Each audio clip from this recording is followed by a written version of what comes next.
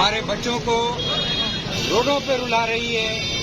इस government को शर्म आनी चाहिए, डूब के मरना चाहिए कि किस तरीके से हमारा कत्लेआम किया जा रहा है। गवर्नमेंट को हम अपने इस इत्तेहाद से बावर कराना चाहते हैं कि 6 तारीख तक जो हमारा एहतजाज है बड़ा पुरअमन है। हमारे इस पुरअमन एहतजाज को महसूस करें, हमारे जो मसाइल हैं वो हल किए जाएं। लेकिन 6 तारीख के बाद या 6 तारीख को बिलावल हाउस पे जो धरना दिया जाएगा, गवर्नमेंट सोचे कि उसका क्या असर होगा, ये इदारे किस तरीके से चलेंगे, ये आवाम किस तरह से रोडों पे रुलेगी, किस तरीके से परेशान हो रही है। मेरी अभी भी इस पुरअमन एहतजाज के अंदर गवर्नमेंट से इल्तिजा है कि मेहरबानी करके हमारे सिंध एम्प्लॉइज के जो जायज मुतालबात हैं वो पूरे किए जाएं, वरना आगे की जिम्मेदार सिंध गवर्नमेंट खुद होगी। पेंशन कटौती नामंजूर, पेंशन कटौती नामंजूर, पेंशन कटौती नामंजूर। जिंदाबाद। We want justice. We want justice. We want justice. We want justice. We want justice. He want justice. He want justice. He want justice. जारी है जारी रहंदी, जारी है जारी रहंदी। ए जालिम तुसा, ए जालिम तुसा, ए जालिम तुसा। अजे हक़न खातिर, अजे हक़न खातिर, अजे बच्चन खातिर, अजे बच्चन खातिर। ए जालिम तुसा, साडा हक, साडा हक, साडा हक, साडा हक, साडा हक। असांजे तर्जीमी हवाले सां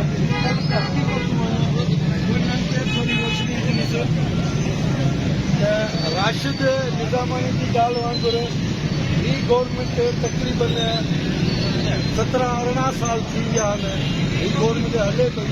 हिनखे आणण वारा बि असीं जेके हिते वेठा आहियूं असीं आहियूं, चाहे उहो इलेक्शन हुजे, पोलिंग हुजे, जेको कुझु आहे उहो सभु कुझु असीं कंदा आहियूं ते ही गवर्नमेंट ईंदी आहे।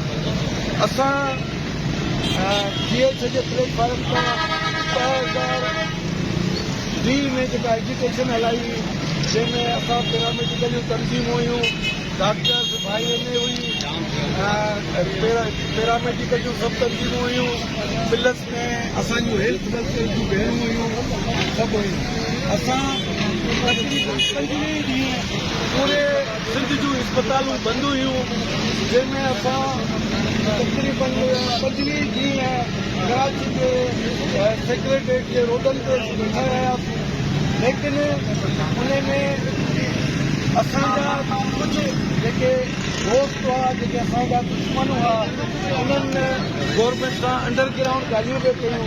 उन्हनि जो नतीजो इहो निकितो जो असांखे उन्हनि डंडा हणी, असांखे उन्हनि वाटर कैनन जो इस्तेमालु करे असांखे छुड़ छुड़ करे बहरहाल असांजो को बि मसइलो हल कोन थियो। तव्हां सां बि हींअर रस्ता जो जेको एहतजाज थियो, जंहिं ते बि शीलिंग या लठबाज़ी थी, हींअर म्यूज़िक टीचरनि ते बि लठबाज़ी शीलिंग थी, त मुंहिंजे हिन ॻाल्हि करण जो मक़सदु इहो आहे त असां पंहिंजे सिखुनि में एतिरो इतिहाद कयूं जो असांखे अॼु सिखुनि में दुश्मन न अचे, दुश्मन असांजी सिखुनि में न हुजे।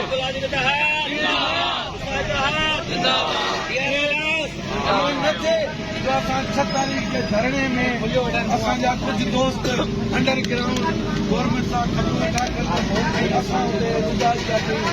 उनजो आख़िरी में नतीजो इहो निकिरंदो आहे जो को या शीलिंग या लठबाज़ असांखे मिले थो। त असांजी तंज़ीमी सिस्टम अहिड़ो हुजे जो असांजे तंज़ीम जेके कारियूं न हुजनि, असां उन्हनि खे वाइदो कयूं। असांजो मक़सदु आहे जिन सिस्टम में असीं हलूं था उन सिस्टम ते असीं पूरा लहूं। गवर्नमेंट के ॿुधायूं त असां असांजे मुलाज़िम बिल्कुलु था करे सघूं असां तव्हांजी सेक्रेटरी तव्हांजो CM हाउस तव्हांजो ब्लाउज हाउस सभु बंदि करे सघूं था असां सभु अनपढ़ियल जाइल आहियूं पोइ बि रियासत जेका बि उहा पंहिंजे मौक़ियुनि जो जेकॾहिं इज़त न कंदी उहा रियासत न हली सघंदी उस्ताद हिकु पैगम्बरी पेशो आहे जंहिंजी का बि इज़त न कई थी वञे या जेके बि सरकारी इदारा मुसलसल 8-10 ॾींहंनि खां बंदि आहिनि तव्हां ॿियनि मुल्कनि में ॾिसो 4 ॾींहं जी इस्तिलाह हूंदी आहे 4 ॾींहं अगरि 2 ॾींहं इस्तिलाह हूंदी आहे उहा रियासत गोॾा खोड़ंदी आहे चवणो थो पए हीउ ठेकेदारी निज़ाम आहे जेको हली रहियो आहे इनशाला अनकड़ी ज़मीन पहुच थींदो